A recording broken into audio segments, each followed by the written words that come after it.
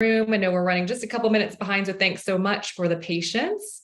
We have a great conversation in store for everyone today. Welcome to this week's Workshop Wednesday. Hi, everyone.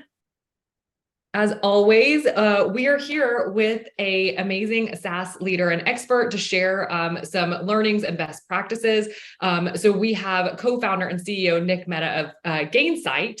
And Nick and Jason did an awesome workshop Tuesday a couple of weeks ago about the future of CS in 2024. They had so much to talk about, and we got so many questions. It was more than we could cover in one short hour. So we are thrilled to have Nick back, and Jason's going to help moderate some Q&A as well. We are going to have plenty of time for your questions in this session too. So please make sure anything you have about customer success, you are here with the guru who knows all about it and has some great answers. Nick also has done a huge courtesy of kind of putting together the top questions that he does get asked about CS, because again, a lot of folks are picking his brain about this all the time. So Nick's going to get us kicked off with kind of his top questions that he always hears and the answers that he has for those. And then we'll take it away to audience Q&A. So thank you guys so much for tuning in. As always, drop your questions in the chat and I'll help get you in the queue. You can drop in also where you're tuning in from. We always like to hear where everyone is from. It's great to see a good crowd in here already. So Nick, welcome. Welcome to another workshop. Thrilled to have you and excited to hear what you have in store for us for the questions that is on everyone's mind. So take it away. I love it, Taylor. Thank you so much. Obviously, thanks to SaaStr in general and Jason specifically. This is going to be awesome. We always like to open up our meetings with an icebreaker. So if I'll ask Jason first, what's one thing you gave recently that gave you joy? What's something that gave you? Put me on the spot. I know. What is something recently that gave me joy? I'll answer while you think. So okay, you answer. My answer is so childlike joy is one of our values at Gainsight, which is why we asked this. My answer is I'm on a text thread, perpetual text thread with my mom and my brother. I have one brother, and it's always, my mom's amazing, but she's really good at guilt trips. So it's always fun to see my brother being guilted and me not just sitting there watching. So recently my mom said, Samir, I tried to call you, you didn't pick up. When I was growing up, people always picked up from their parents for when they called, but I guess things have changed now. And I'm just watching this with my popcorn. So that's mine. How about you, Jason? You know, I'll tell you mine. I don't know if you're like me, Nick. I don't need any kudos. I don't need any go Lemkin, go Jason, great jobs. I don't need, I at this point in life, I don't need it. Okay. And so sometimes you forget the power of these things, and I know you're great at it, but I'll tell you, last week, we were out at this Pavilion CEO Summit in Scottsdale, and I was the last penultimate speaker. And we just did it for fun. It was great. There were a couple hundred CEOs, and the last speaker was Jocko, and he got up, and as I left the stage, he's like, "You got to stay here for a minute." And I said, "Oh, okay, I'll stay." And he said, "Before we go on, I want to get the crowd inspired as the last speaker, but I want to take a moment and I want to thank Jason for all the contributions he's made to us in SaaS over the years, and give him a round of applause." And what was great, Nick, and I'm not like this, like everyone in the entire room stood up. It was a standing ovation, okay? And I don't need a standing ovation. I don't need a thank you. I got to thank Amelia and Taylor and you and everybody. I'm a thanker, not a thankee. But it did give me a little childlike joy on reflection, not at the time, but the next day, right? And you're so good at this, at reminding us to be thankful and grateful to our teams, especially these days when it's not clear how to provide that feedback, when to give it, whatever. And I forget, in some ways, I've gotten a lot more direct over time. I used to be a softer, right? Now I'm straight to the point. Nick, let's sit down. Here's what's screwed up at Gainsight. Here's what you did great. I love you. You're great, but you screwed up A, B, C, and D. I don't do that. And it's so powerful to be thankful, isn't it? I love it. And by the way, sorry, I'm going to embarrass you. They're right. And nobody's done more for SaaS and SaaS startups than you, Jason, and your team. So type some Jason love into the chat, and then also type in, if you've got something that brought you joy recently, please type it in. I'd love to see those. So this quick thing, because we want to do AMA, but I thought I'd just level set with like some questions I get very frequently. This is the list. I'm not going to read them here because I'm going to go through them. But basically, I'm going to go through like, what are some questions I get And this will be a good tee up for your questions as we go through this. Now, the way this is going to be sourced is we came up with something super cool. We're going to be launching to the public soon, but right now it's kind of a private beta, which is a benchmarking website where you can go in and say, hey, I have 20 accounts per CSM. What's the median for my company size for this industry? So let's go through the common questions I get. What's good net retention? This is a question I get all the time. Jason, I know, gets as well. I've seen him blog about this. You can look at public companies and get great data, but for many of us, that's like a far away thing. So it's interesting. This is private company data. This is like, I don't know, 600 respondents. So it's pretty meaningful. And the little thing you can see is 100% when you're younger is pretty common. You don't have multiple products to sell, a lot of headwinds in the economy right now. And then it kind of grows naturally as you grow bigger because you have more products and more stuff to sell. So don't feel bad about 100%. Try to do better. Like we're all trying to get better, but also understand kind of where you are. So I'll keep flipping through these and then we'll do some Q&A. Number 2, what's good NPS? Many people measure it. I don't think NPS is the end all be all. It's like one stat. But if you look at the median NPS in our data set, which again is all SaaS companies, 35. And then you can see it's actually more stable. So this is something that doesn't change based on things like customer size. This is, in this case, is average contract value, meaning the average customer spend per customer.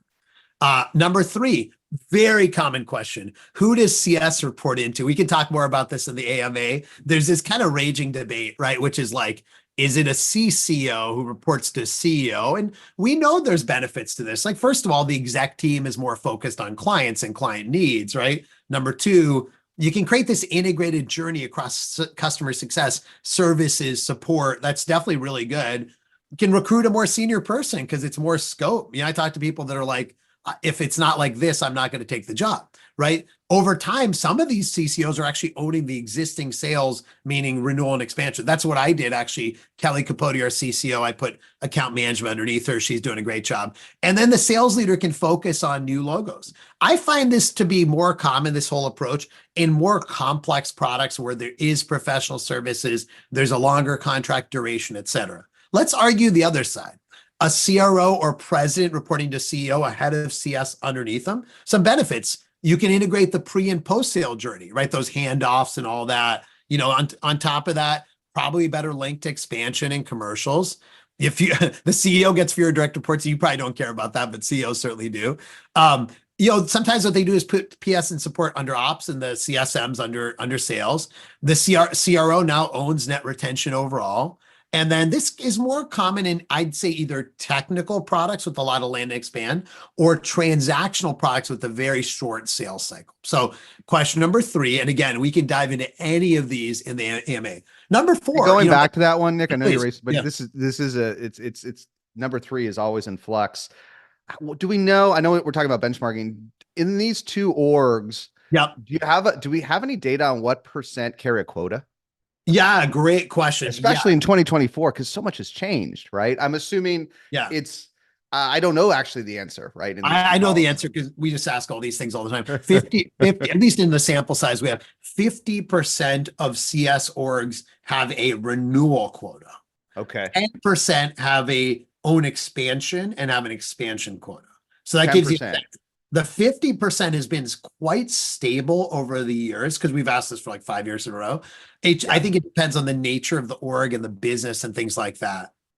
Okay, so kind of continue to fly. What's the ROI of a CS team? If you're running CS, your CFO is asking this. This is another interesting data point from the same kind of data set, which shows that companies with a CSM team have a significantly higher, you can see the numbers here, right? 14-point higher gross retention. Now, the net retention is actually exactly the same, the 14 points. So what that means is it doesn't really change expansion that much, although I think it does on an individual basis, but it absolutely raises your floor. Now, all stuff is it causality or correlation? Well, these are big enough gaps that you can say there's some causality here. Pretty interesting chart. Number 5, how much do I spend on customer success? Huge one as you're going through budgeting, right? One way people look at this question is percentage of ARR that you're spending on customer success. Now, this is including both the CSMs as well as ops and CS management, okay, and the benefits and so on. And on the horizontal axis, you see what is that spend depending on the nature of your business. So the right side is I have a very high touch business, like $1 million contracts. Think of like a Workday, right? On the left is a super transactional kind of self-service. What you see here is pretty interesting is putting aside the very low end, which tends to have no CSM and more automated. As your contracts get bigger, you get more efficient. Because the truth is, managing $1 million customer isn't 10 times more work than managing a $100,000 customer, right? And so you can see the benefit of higher ASPs. And I see Jason nodding. You probably see this, right? Bigger ASPs can be more efficient, right? For sure. And I'm literally just rewriting our classic SaaStr post on the $2 million man or woman. $2 million man, exactly. I'm going to take a screenshot and add this to some updated data. Yeah. But yeah, that is an interesting point that the 100K isn't 10 times or a tenth the work of 1 million or vice versa, right? And it's really getting this SMB thing to work at 5 to 10K. That's when the companies I work with, you got to be ruthlessly efficient there, right? Absolutely, automation, ruthlessly efficient in product, all that, right? So and an interesting one on that one, but I don't mean to get distracted. What's interesting, what I've learned in this 5 to 10, this 10% segment, I didn't really realize, as you might have known it, folks in this segment often have more folks in CS than sales. Yes, right. That's not true as you go down this chart. Like we could do another chart of the ratio of CS to sales. Yeah. That's another way to help CEOs think about things, like what's the human ratio, right? But I was shocked when I looked at all the companies I've worked with that are in that like, I would say 3 to 10K sales led. They all have more folks in CS. That's right. And a friend of mine, I spoke at his all hands recently, and they're a little bit more than the 25 to 50, but they had 70 out of 200 in CS, out of 200 employees in CS. Number 6, what's the ideal, ties well to this, what's the ideal number of accounts a CSM can manage? There's some kind of physics around how many customers you can manage. And what you can see here is on the low end, people have a couple hundred accounts per person, typically quite automated because you can't really call 200 customers and do 200 QBRs. It just doesn't make any sense. On the high end, you can see why it's so efficient is, you can manage 5, and that's like average of $5 million. It's not the $2 million person, but the $5 or $6 million person, using Jason's terminology, which I love that post from back in the day. So this is interesting. Another one that's kind of related to that is how much ARR is each CSM carrying, right? So again, no surprise, you get to these big contracts, CSMs are carrying like 10 million bucks a person. Now, if you're a startup, that's just not even realistic. And I would highly recommend don't do that. But as you get bigger, you can do that. And so what you can see here is the businesses that have lower ASPs tend to be a little bit less efficient. You got to do more automation, maybe have CSMs outside of high cost countries, and so on and so on. So this is pretty interesting. I think like very clear correlation. Okay, again, I'm going through this quickly. Time to efficiency, one of the biggest things is how do I scale in 2024? Even though maybe things are coming back a little bit, I feel it. Nobody is just like, let's hire 1,000 people, right? And so what I'm feeling, I made this blog post, a LinkedIn post a while back, which is there's only 4 things you can do. Either you create a lot of digital stuff, which I'll show you in a second, or you're creating quota for the CSM, so they truly own it, which is the second and third one, or you're charging for it. Some people do that. I wouldn't recommend an early stage startup, but as they get more mature, like Salesforce charges for it. And then finally, or you show a really clear ROI, but what you don't want to be is a pure cost center. Your CFO eventually like finds all those cost centers and optimizes them. So what does that look like? Well, the way to think about it is remember that customer success is more than just hiring CSMs. It's really looking at the whole life cycle and how much can I do in an automated way. We have a little chart that we look at around this, which is the left is kind of the things you can do internally. So you have your CS team probably, but you can create a lot of digital journeys. You can do stuff, in the product. You can make your product better.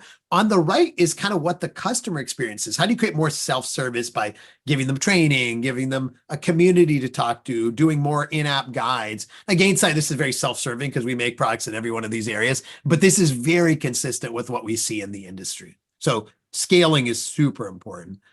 Number 8, one of the things we see more and more is companies investing in operations. You would never run a sales team without sales ops, right? Now, in the beginning with the sales team, you might have one junior sales ops person. Eventually, you have like a VP of rev ops. And so what we see is a similar trend. And now this is a bit like maybe converse, where this number is the number of CSMs per ops person. So in some ways, like the higher the number, the fewer ops people on a relative basis. And the reason this goes up is obviously as you have more scale, you just have more people and there's more leverage. But what you're finding is in the early days of a company, this is ARR, so the early days on the left, people are investing in ops very early because at the end of the day, if you want to do that, what I showed on the last chart of that, automation, it's all about ops people. It's not just about CSM. So to Jason's point, if you're in that 0 to 5,000 ASP or 5 to 10, you better be doing this. You better be hiring a CS ops person. Don't flood your company with CSMs. But as you get bigger, you got to do more. So that gives you an idea. And then do you think, sorry, yeah. I could interrupt you with a million questions, but do you No think problem. I love these this. days, if you hire a head of CS, do they know what they need in CS ops? Because a lot of founders, CEOs, even CEOs at scale won't really know what to look for. Yeah, it's such a good question. This is the hard thing for early stages. How do you hire a great CS leader? It's just like what you've written about hiring a great sales leader when you're an early stage company. And there's so many different factors. One of them is, do they realize the value of scale and ops? So I would be super skeptical if they haven't done a lot of process and automation stuff, or they don't at least think that way. There's a bunch of people that think of like, hey, this is a people job. This is a support job. This is a throw people at it. For some businesses that might make sense.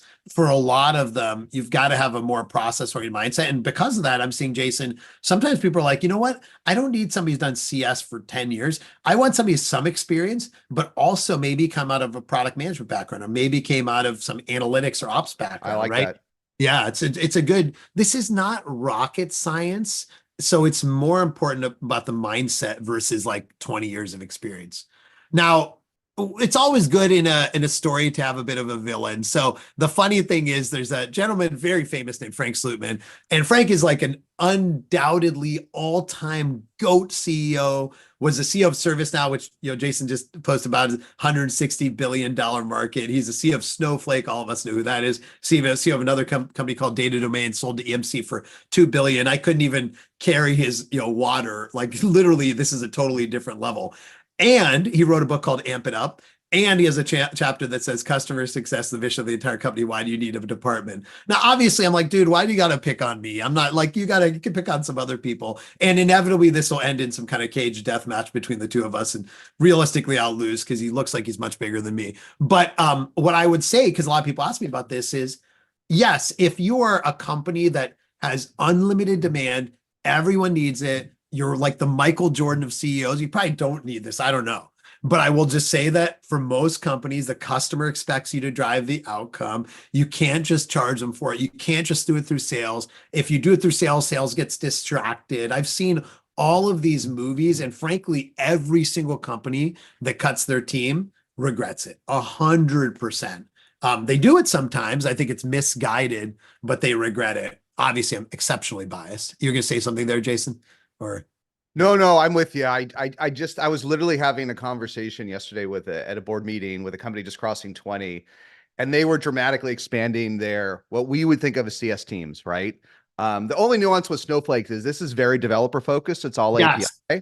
So actually they have gotten rid of their customer success team generalists, and they have put it with a lot of folks with engineering and product backgrounds, going to your prior point, to make them happy. So there's more head, but they're all, but the titles are mixed up. And I think there's some truth at Snowflake too, right? And whether you want generalists or specialists is maybe a different CS topic, but it's an interesting one, right? It's super interesting. And I will say that the right point there is if you're a technical product, you better have technical CSMs or whatever you call them. So it depends. If you're an application, you need people that are better at change management.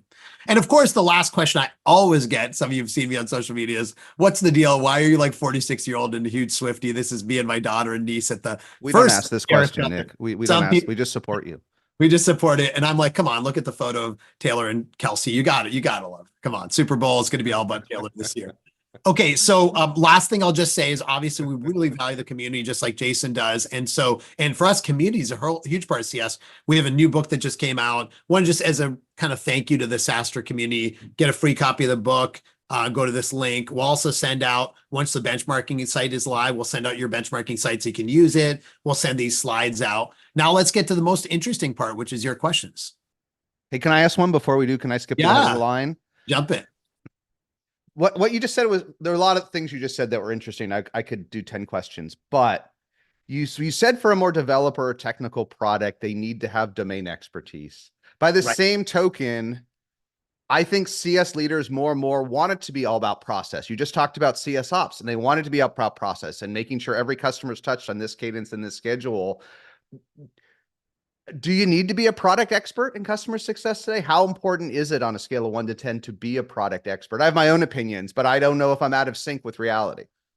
I think more and more, you have to be pretty darn good at product. Now, it depends a little bit on the nature of the technology, right? So some technologies are really more about change management, less about the product.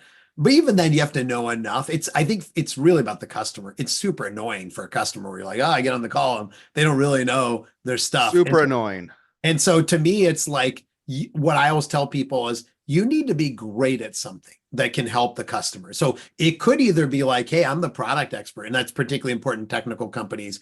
Or it could be, I'm a change management expert. I'm not a product expert, but I'm helping you get this thing rolled out and I value. And I'm more of a consultant, right? Or I'm like an account manager and I'm going to drive commercials, right? And I'm going to pick on somebody who's on here, Elaine Cleary, who's one of our first CSMs, not at Gainsight anymore. We love you, Elaine. And she's like the unicorn that can do it all, but most people can't. And so you got to find something that people are great at. Don't have a CSM that I will say is like the email forwarder. Like, in other words, thanks for your email. I'm going to forward it to somebody else to solve the problem. The customer will just cut you out of the loop at some point. I like that. They got to be great. They don't actually have to. Great at product is one thing, but they got to be great at something. Great at onboarding, product, business process change. Exactly. I said it. You've helped me think about it, and then I'm going to shut up and let you do the questions. But I think it's the death of the generalist across SaaS. And this generalist CS person that's actually a good guy, but not good at product, not good at change management. It is an email forwarder. We don't need that person. That person may even be replaced with a bot. That's exactly right. You know, if you've seen Office Space, it's essentially, what exactly do you do here? Right. That's the question. And so if you can't answer that, I like that question. I'm going to add that to my list. When you hire a CS folks, what are you great at in CS? Right. What are you great at? And if they just say I'm a people person, I might pass on that hire. Nailed it. All righty. So let's go into some questions. Audience questions. We have some great questions. Thanks everyone for dropping them in. We'd love for you to ask them live if you're able and in a place to talk to Nick. And I know Nick would love that too, to see your face and actually engage with you. But we have our first question up from Ajay. I think you have, you're here with us right now. So go ahead. Yes. Thanks. Can you hear me? Yes. Okay. Nick, thank you for sharing those benchmarks. Extremely useful. As Jason mentioned, there are like a million questions in those benchmarks. So the question I want to ask you is, and I'll qualify it a little bit because it looks like the playbook is different for different situations. For large enterprises, deeply technical products, how do you even think about the ratio of skill sets within CS? Because you need deep product technical knowledge, but then you also need sales acumen, and they typically don't go together. Deep technical knowledge, and especially at a large account, being able to navigate the different groups, the different buying groups. What do you do? Like, do you create a ratio? What do the account managers do? Do they twiddle their thumbs until renewal comes up? Or do you give it to sales, but sales is chasing new logos and you create a separate group within sales? Like, how do you deal with this? Because at the end of the day, the goal is the NDR growth, right? And the adoption is just to secure the renewal, right? But the goal is NDR growth. So that's a great question. What we find is that there's sort of like two tiers of roles in products that are a little more technical or complex. There's, call it the CSM, or some people might call it account manager. I think that's a bit of a dated term, but call it the CSM. And then you've got what some people call customer success architect, customer success engineer, right? And there's these two tiers, kind of like a sales rep and an SE, right? So that's the mental model. If you have one product or domain area, to your point, you typically have a ratio. And much like in sales to SE, there's not a perfect science to, you kind of tune it. But if you had to ask me, it's like one technical person to 3 or 1 to 2, and you kind of like balance that out. That's quite similar to SE ratios. If it's an exceptionally technical product, it might be 1 to 1. Now, as you get to multi-product or just different use cases, you might have specialization, just like you might in SE, where you might say, okay, this pool of folks are really deep on product A. These folks are on product B. And that gets to the last point. You have two options for how to structure this.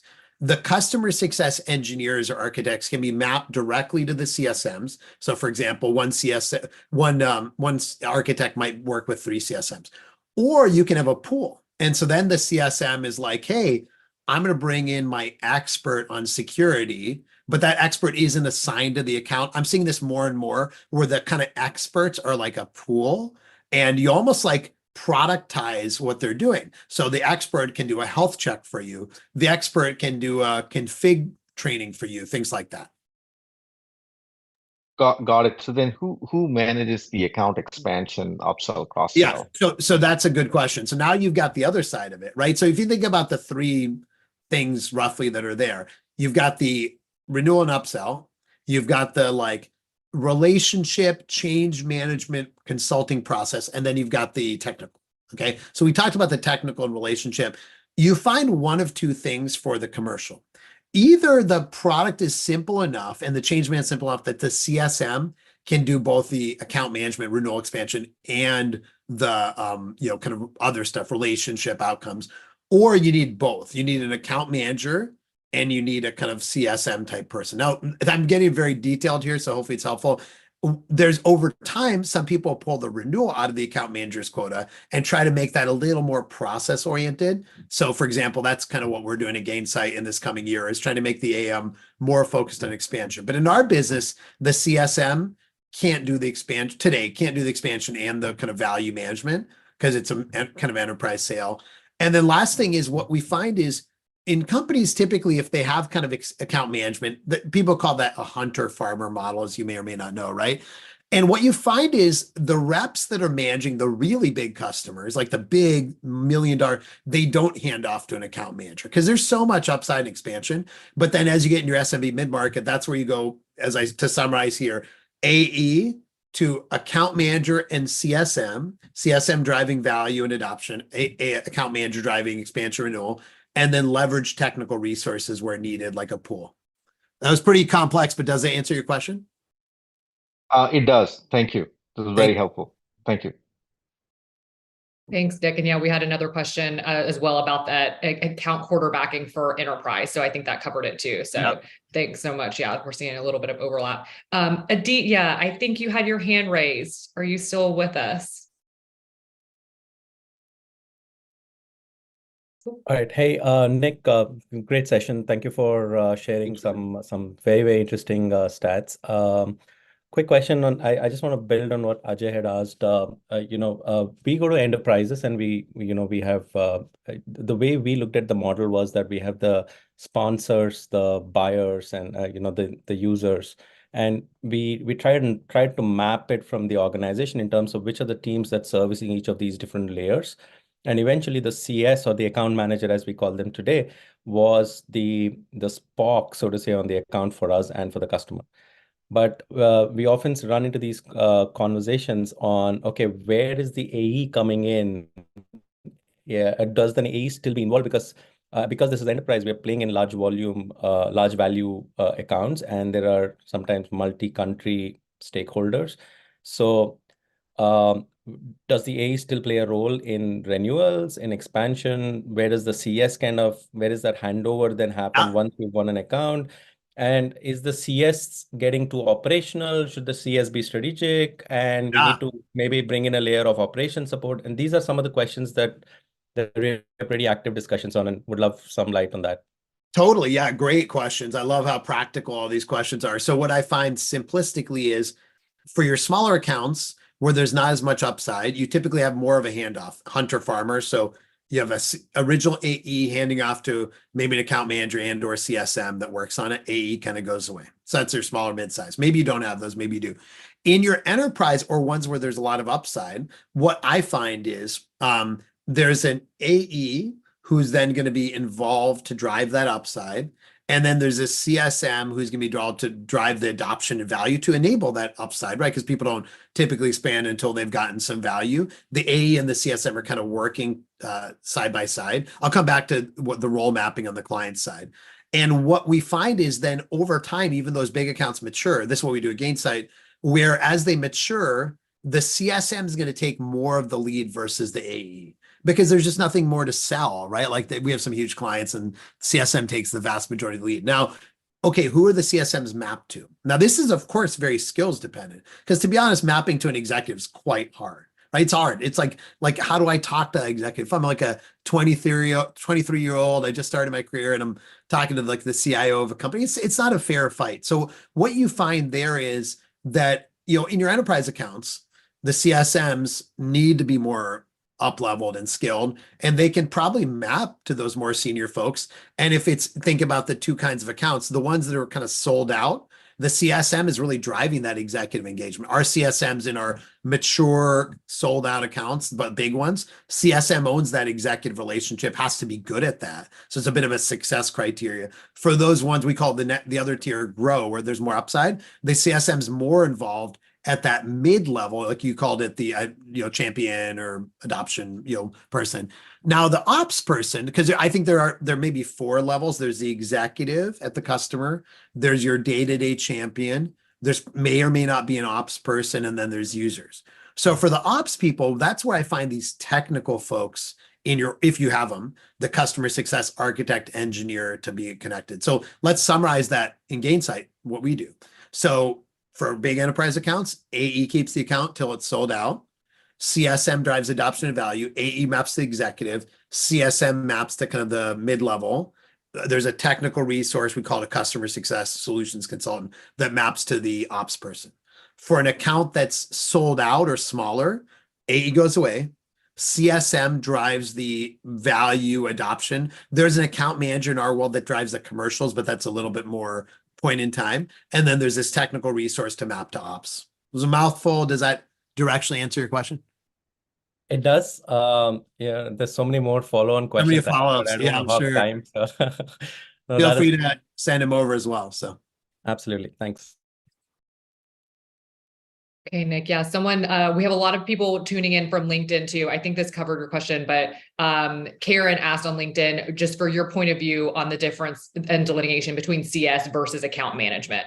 I think you touched on a couple of things there, Nick, but any other further thoughts there? Yeah. So kind of like account management's what existed for a long time, tended to be more commercial. There was a little bit of relationship management, but it was pretty clear. It's like, I'm here to get the renewal and the expansion. Those are the two things that they worked on. And so in the world of SaaS, we all realize it's on us to drive the adoption and value. And so people have one of two choices. They either have the account manager, kind of CSM, as one role. I'd recommend calling a CSM, or they keep the account manager doing the commercials, and then you have this CSM driving adoption, value, et cetera. Got it. Thanks so much, Nick. Next up, Tim, you have a follow-up question to that. Do you want to ask it live? Sure. I just wanted to get your thoughts on advantages, disadvantages of consolidating or separating the onboard role versus the customer success role. I find that the onboard role comes in, tries to initiate the relationship, kind of wow the customer, but then as soon as it's done, oftentimes they're handing it off to somebody else who's kind of starting that relationship all over again. And so much appreciate you taking the time to join us today. And if you had any thoughts on that particular scenario. Yep. 3 things. Great. All these questions are awesome ones. Thank you. And they're so practical. So if you have onboarding that's super light, call it like half an hour, right? That kind of thing. Definitely you can have the CSMs do it, particularly early stage. And that's quite common. And I think it's a better experience. To your point, no handoffs, right? If you have onboarding that's, days, weeks, months, then, you will have to have 2 separate teams. It just won't work to have them be the same. But to your point, you can't have it be like, oh my God, I have a relationship with the sales rep. Now I get a relationship and re-explain my goals to the onboarding person. And now I'm doing it again with the CSM. It's super frustrating for the client. You lose a lot in translation. And so the 2 things I think are super important there, if you choose to have onboarding separate, are to actually have a really good way to hand off the client's goals from sales to onboarding to customer success. We have a lot of best practices around that. A lot of our clients actually create, in Gainsight terminology, a success plan, in this case in Gainsight, in sales. And then they hand off to onboarding that has a client's goals, and then they hand off to CSM, who's responsible for delivering the value. The last thing I would say, one other thing, if you have the handoff, is don't just have it be a pure handoff. Maybe have the CSM join some of the later onboarding calls. Maybe have the onboarding person join some of the later sales calls. So you have some people, and it's not like there's a call where the previous person disappeared and the new person's there. There's an overlapping period. Finally, I think some of this also, don't forget that if it's a more sophisticated onboarding, I'd highly recommend you consider charging for it as well. That's kind of professional services. And over time, I think people miss that. And what they end up doing is they do a poor job of onboarding, right? And so what I would do, because software to me is 90% how you onboard, set up, drive value, 10% the technology. If you have a multi-week or multi-month onboarding, set up ways to charge for it. Awesome. Thanks very much. Thanks for the question, Tim. Hubin, you're up next. Thank you so much, Nick. So what are some of the best practice in terms of the comp structure for the CSM and the professional services folks? Because I know that, like, for AE and account management, it's pretty black and white, their AR number, their NR number. Yep. But for like onboarding folks and professional services folks, what are some of the best practices you have seen? Yep, it changes as you grow as a company. So this is something that's very important to think about, what stage you're at and how that evolves. So a couple things. One, best practice, which is just my opinion, but I think a lot of people share it. If you have like 15 levers in the comp plan, or even 5, it's useless, because each one of those is so small that it makes no difference. And so what you really want to do is have a small number of things. I'd say 2 or 3 max in the comp plan. And so what I find is, first of all, the thing to figure out is, what's your ratio of base to incentive compensation? And what I'm finding over time is people are moving. CSM start a little bit like support, like 90-10, meaning if your OTE, on target earnings, $100,000, $10,000 is bonus, incentive comp, 90 is base. I think that's becoming very dated. We want CSMs to be more performance oriented. So people are mostly at 80-20, or some are going to 70-30. So that's kind of like the foundation. How much comp is at risk? If you have 10%, like, it makes almost no motivational factor. Now, let's say you're at that 20-30%. How do you define the performance and figure out what the person actually got? What I find is, as companies get later stage, it tends to be more financial metrics, because that is the bottom line and everything else leads up to that. So for example, Gainsight in this new year, it's going to be basically GRR and a little bit of an incentive for expansion, right? So that's a later stage. In the earlier stages, where it's so critical to get product market fit adoption and that flywheel, what we find is it's more about adoption, maybe something we call verified outcomes, which is clients able to show the ROI, and then sometimes referenceability. So those are the kinds of things to consider. So think of those as the leading indicators to the eventual financial metrics. But if you're early stage, the financial metrics, it's the thing that happens because of all the early stage stuff you do. Now, professional services, great question. Traditionally, the model would very simply be something like utilization, meaning percentage of your hours that you're actually billable. What I find now is, if you just do that, you have no incentive to really make the client super successful. So what I would consider there is a mix of utilization and then some proxy metric for value. Could be NPS after onboarding, could be adoption, something that drives the PS person to think not just about how do I close this project, but how do I get a client to value. Thank you. Thanks so much, Nick. And thanks for the question, Hubin. Nick, we have a financial comp expenses question related. This was something that came up from the last webinar that you guys did. Right. So someone asked the most important and debated question: COGS or OpEx, cost center or revenue driver? Oh my God. CSM to be S&M, but then they can only scale linearly with ARR. That was a mouthful. Such a good question. We debate internally too. So if a CSM has a quota, that's straightforward. It's sales and marketing.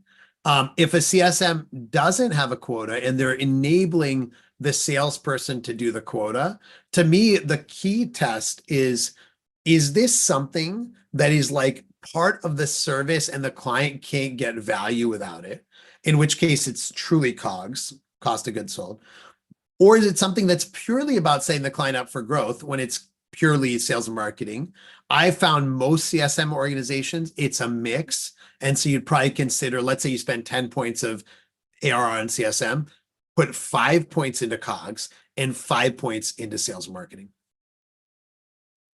Got it. Super helpful. Ryan, you have a question about trying to dig into what your competitors are up to. So you want to jump in?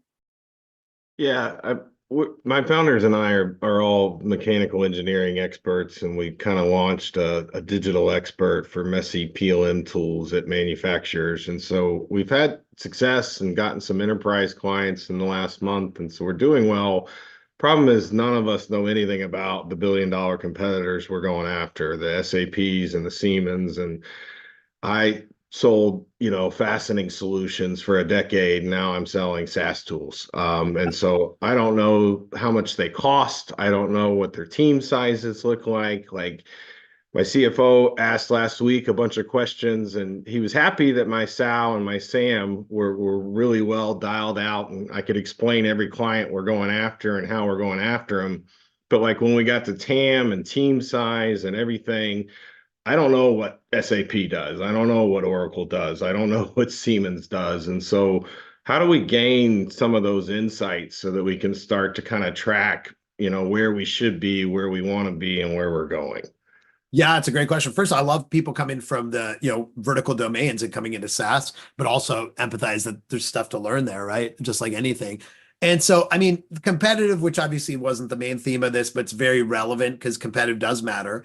What I found there is, first of all the big vendors are constantly coming for customers, and they're the value prop. I don't know your field, but I know the pitch, which is going to be something like, hey, you have all these things from SAP or Oracle, and you're using this one niche vendor in this one area. We can do it all for you, right? That's like clearly the pitch for every larger company, right? Consolidation is what people call it. And so know that that's the pitch happening to your clients right now. And so what's the pitch the other way? Well, we have built this kind of like best of breed, some people call it that, or point solution that's like going to be the best at this. And this is super important for your business process. What I find is the day-to-day person you work with usually wants to work with you, but their boss or their CFO is like, come on, we have SAP and we have this huge agreement. Why can't we just, and especially in a tough economy, that often goes in the favor of the bigger suite kind of vendors, like suite meaning like multiple products. And so what you have to do is help your champion build a rock solid case. And so what that means is like practically creating a slide deck, a Google slide or whatever, that you're arming the champion with, and you're giving it to them for them to present to their boss about why we need to keep using this point solution.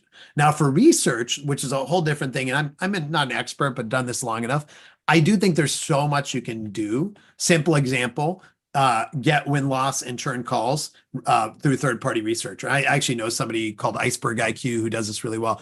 And we've been doing this since the beginning of Gainsight. And when they call your losses or your churns, you lose, or even your wins, you can get them to ask about, hey, what'd you think about the competition? What was their pitch? You can learn a ton. When you close a deal, ask the buyer, what was the competitive pitch? Some of your friendly buyers will get you some of that material too. You can ask former people at SAP or whatever, like you can go some LinkedIn sleuthing to find those people. There's a ton of information out there. For an SAP, by the way, almost all of it's just going to be on the web. So you can do a lot of research. Now, obviously somebody's got to go do that. It's not trivial work. Like the real secret sauce, if you want to learn software competitive analysis, is go into the vendor's documentation and you will find every little caveat and issue and whatever. So I know that's a lot. You probably have a colleague who could do that, but those are some ideas. Yeah, and no, Nick, let me ask you a helpful. related one. Yeah. I actually have a company I invested in who literally lost their biggest account, maybe 500K a year to SAP. Yes. And it was a vertical solution that their champion loved, but their boss's boss didn't know the vendor, and it could kind of sort of be done in SAP. Yes. Right. The story you said. So I came up with a rule from this. It was brutal for them, right? Because just like you said, their champion loved them, but Right. didn't control the budget. So I have a new rule, and I'm curious what you think of it. In your bigger accounts, and you can define what that is, you gotta know 5. This is my new rule, like the 5, like badges. You have to put it in your CRM, whatever you're using. Maybe you could do it in Gainsight, maybe you do it in Salesforce, maybe you do it in HubSpot, and you got to review it monthly. Who are the 5 contacts? Absolutely. And I've done this a little bit with sales or CS. You know what? They don't know.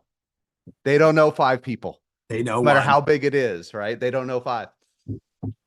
Such a good point, Jason. We talk about internally all the time. And, you know, Ryan, if you kind of think about your business or anyone else's, you know, you think about those people that you're working with and your champion, but the biggest issue is they leave. And then you're like, you're wearing shaky foundation, all the foundation is gone now. So the 5 gives you this kind of low, you know, backup, right? And one way to think about those 5, they can be senior, but they don't need to be. Like having junior people, they'll give you so much intel. You know, like in our case, basically our software is used not just by CSMs, but that's certainly a lot of the users. And like our team can connect with the VP of CS and whatever, which is great. But, you know, a person leaves, like if we have one, we're in trouble.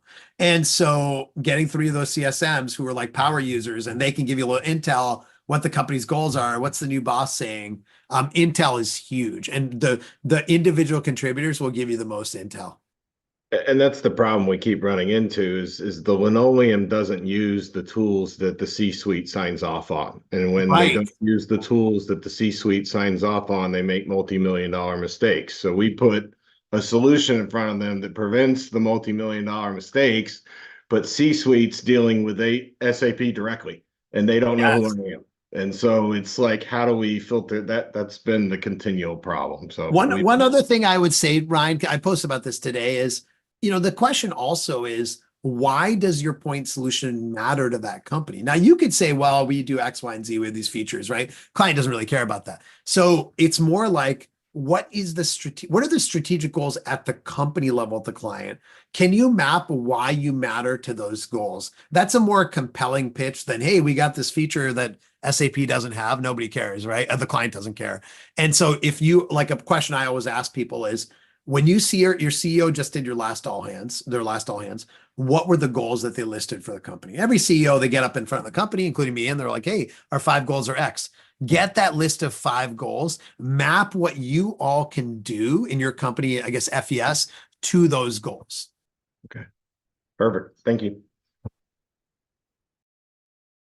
Awesome. Adit, yeah, you had a follow-up question about compensation and commissions. Looks like we'll have time for it. Nick, one other question that I had on that whole AE and CS role in these large enterprises is, how does that impact your comp or commission, structuring, between the CS AE roles, because both of them may play a role in renewals, expansion, and so on. Yep. So Great. Yeah, great question. It's a little bit like either an SE or SDR and an AE. So quite similar situation. So if the AE owns a commercial, the CSM doesn't, but they're like influencing. What we find is that CSM, as I was alluding to, might be on an 80-20 or 70-30 base to variable. And then their variable is not going to be the same. It's not going to be like just a commission and quota. It's probably going to be some mix of like, if you're mid-stage, later stage, gross retention. And then one of the things people talk about is customer success qualified leads. In other words, leads you're sending back to sales.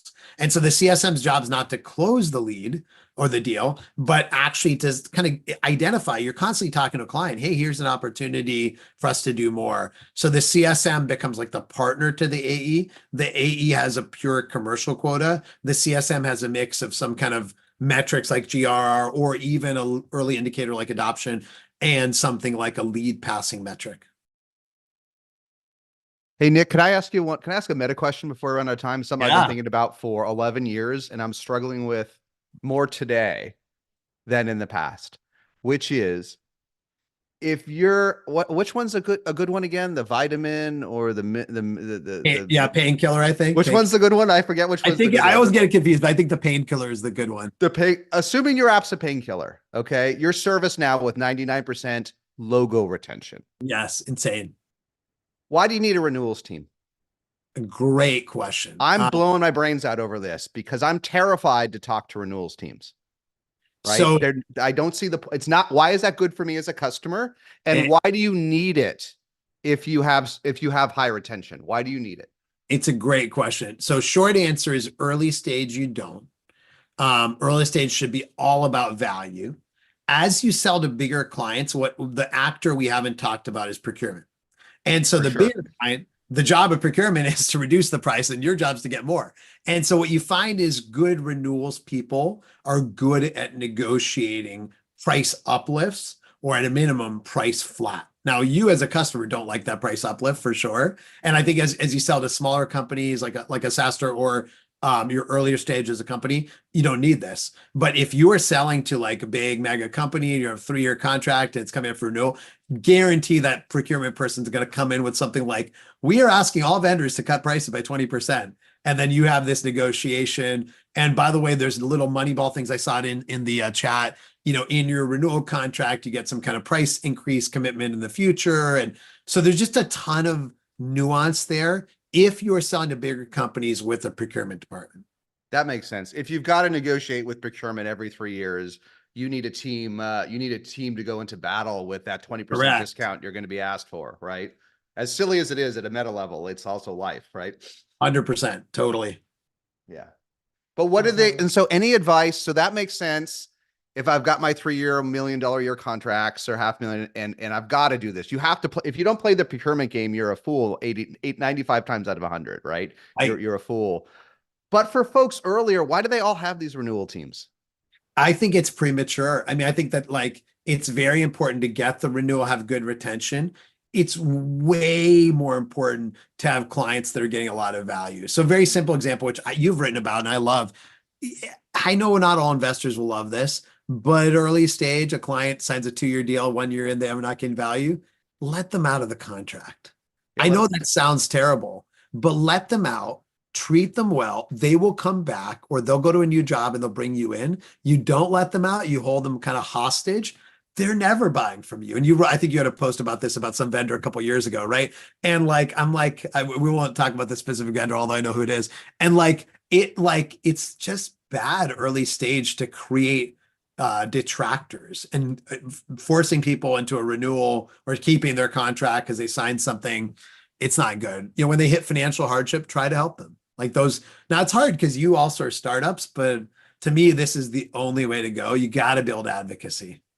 Yeah, when you're in there, one more question that's not for me before I go, but you've been doing this, how long have you been doing Gainsight? 10 years? 11 years. You and I are the same time clock, man. 11 years. I don't know. Whatever you do for 11 years, you do have one insight that folks that are starting don't get, which is you almost always get another chance at customers that you lose. Yes. Whether it's really another go around 2, 3, 4 years later, or the champion goes somewhere else, same thing. If you treat them well, you go long enough, you see Mary and Bill and Nick and Jason again, you always see them again, don't you? Again and again and again. Like every few years, you'll see them again. They always come back. That's one of our lines internally. And I'll just tell you a funny story to close. By the way, Aaron my chief staff will put the link to get the book and the benchmarks into the chat. So Aaron, if you just put that in there. I see. We'll post it too. Yeah. Final comment is they always come back. And here's an interesting story from today. We had a prospect who they didn't have budget, so they bought something, cheaper, good solution, but cheaper and whatever. And then the person who runs CS there, she emailed me today, and unfortunately she got laid off. And you know what? I'm going to get on a call with her to try to help if I can. And it's like, some people be like, oh my God, you didn't buy my software, I'm not going to help you out. No. Do the opposite. Help them out, whatever way that is, and help them because it's a good thing. Don't even worry about it. But if you do that, I guarantee they will come back. So if there's one adage in customer success, treat people well. Golden rule. Yeah. It's oversimplifying it. That's it. An awesome thing to close on. Thank you so much, Nick. We appreciate you for devoting so much time with us this whole January. So thanks, Nick, for doing the awesome session earlier and for answering all the questions. And thanks to the audience for all your amazing tactical questions. Nick, I hope Taylor gets a Super Bowl ring next weekend. We're all I know. I'm sure she will. Maybe Super Bowl ring and engagement ring. You never know. We could do a whole workshop Wednesday with you and me and Amelia on that. So that would be a future one. But thank you all so much. Thanks again, Nick. And next week we are back for another great Workshop Wednesday session. Sam Blon, former CRO at Brex and current partner at Founders Fund, is going to be doing a really amazing tactical session on how to hire and evaluate SDRs. So he has a great checklist for that. Going to be lots of amazing things that we dive into there. So please make sure to join that and have your questions ready on hiring on sales for Sam next week. And then thanks again, Nick. We'll see you soon. Thank you. Okay, talk to you guys.